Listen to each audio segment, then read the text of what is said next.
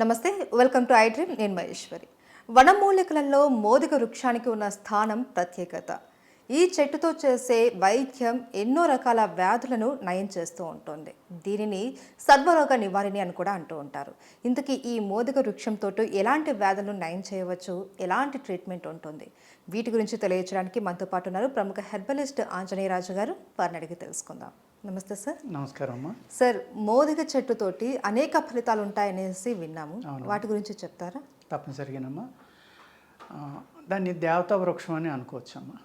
ఎందుకు అంటే యజ్ఞశాలలు ఏవైతే ఉన్నాయో, ఒక అద్భుతమైన గొప్ప గొప్ప యజ్ఞాల్లో వాడే ఒక మూలిక మోదుగమ్మ. యజ్ఞాల్లో వాడే ఈ యజ్ఞంలో ఈ మూలికలు వాడాలి, పలానా యజ్ఞానికి పలానా మూలికలు వాడాలి, పలానా పూజలో హోమం చేస్తే ఈ రకాల మూలికలు వాడాలని నిర్ణయం అమ్మ అది. ఇప్పుడు ఏంటంటే అవి దొరకట్లేదు కాబట్టి మనకి ఏ పుల్లలు దొరికితే ఆ పుల్లల్ని మనం వాడుకుంటున్నాం. ఈ మోదుగ చెట్టు అనేది కొన్ని కల్పం అంటారమ్మా. ఇది కల్పం అంటే ఇది యాంటీ ఏజింగ్ కింద వాడుకోవచ్చు. ఒక రసాయన ప్రక్రియ అంటారు ఆయుర్వేదంలో. ఈ రసాయనం కింద వాడుకోవచ్చు. అంటే రసాయన ప్రక్రియ అంటేనమ్మా ఇంకా దానికి తగ్గని జబ్బు అంటూ ఏది ఉండదు అని లెక్క అన్నమాట. అటువంటి వాటిని ఆయుర్వేదంలో కల్పాలు అంటారమ్మా.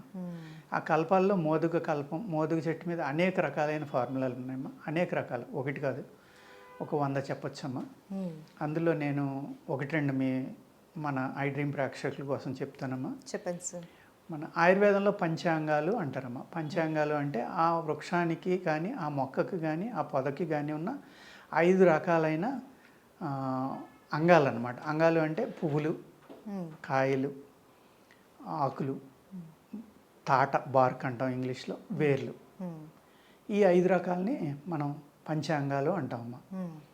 ఈ 5 రకాలు కలెక్ట్ చేసుకుని ఈ మోదుగ చెట్టుకి నీడను ఆరబెట్టుకున్నమ్మా. నీడని ఎందుకు ఆరబెట్టాలి అంటే ఇది యాక్చువల్గా సూర్యశక్తికి సంబంధించిన వృక్షం అమ్మ. ఓకే. ఈ వృక్షాల్లో చంద్రుని యొక్క శక్తి ఉన్నాయి, సూర్యుని యొక్క శక్తి ఉన్నాయి, 2 రకాలమ్మా. వాటిని ఈ చంద్రునికి సంబంధించిన మూలికలు వెన్నెల రాత్రుళ్ళే తీయాలమ్మా. సూర్యునికి సంబంధించిన వృక్షాలు పగలే ఎండలో తీయాలమ్మా. అది కూడా గ్రీష్మ ఋతువు అంటే మనకి ఏంటంటే ఎక్కువ ఎండలు ముదిరిపోయిన తర్వాత తీయకూడదమ్మా. ఇది ఇప్పుడు మార్చి నెల కాబట్టి ఈ నెలలో దాని ఫ్లవర్స్ వస్తాయి. ఈ నెలాఖరికి ఇంకా దొరకవమ్మ. తర్వాత ప్రతి సంవత్సరం ఇదే నెలలో ఫిబ్రవరి మార్చిలో వాటిని కలెక్ట్ చేసుకోవాలి. ఈ కలెక్ట్ చేసుకున్న వాటిని పౌడర్ చేసుకున్నమ్మా.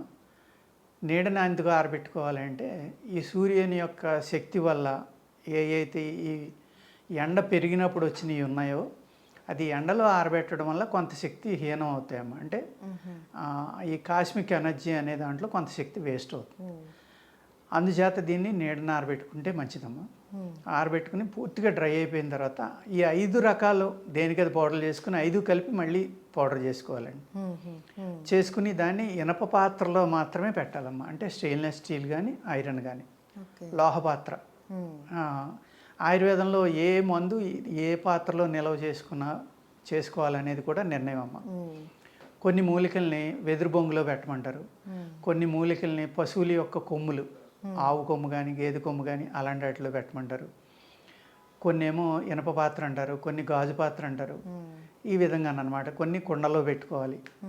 ఆ కుండ కూడా మళ్ళీ ఉప్పు కుండ అని ఉంటుందమ్మా, నేతితో తడిపిన పాత్ర అని ఉంటుంది.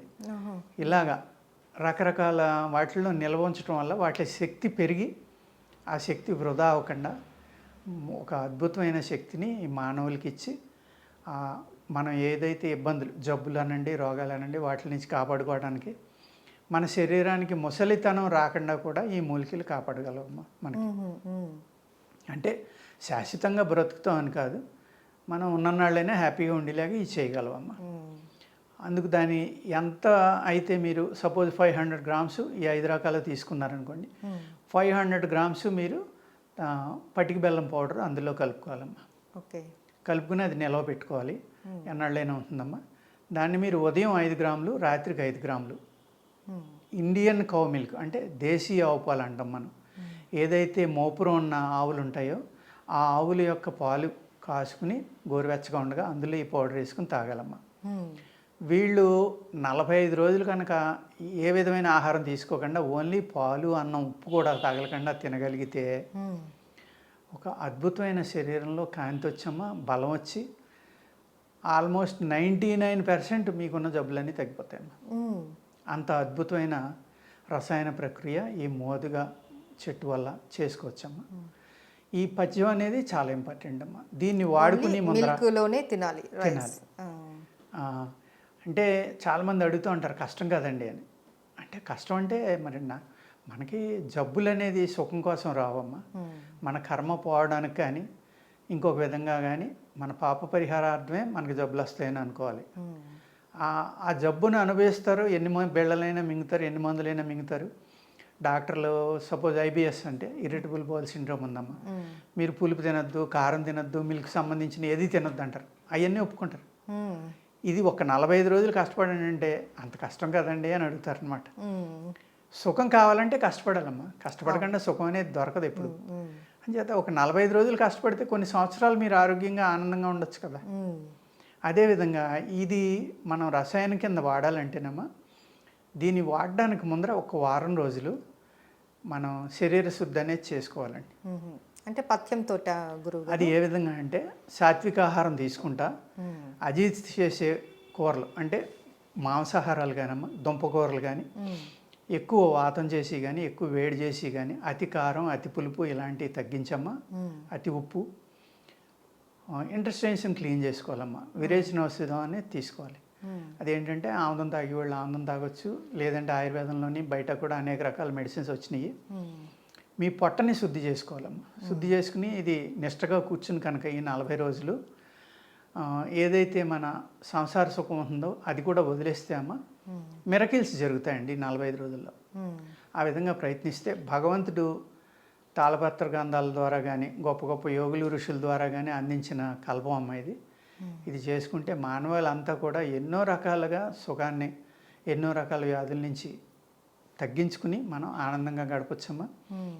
కరోనా లాంటి భయంకరమైన వైరస్లు వచ్చినా కూడా ఇలాంటివి వాడుకుంటేమా వాటి నుంచి కూడా మనం బయటపడటానికి అవకాశం ఉందమ్మా.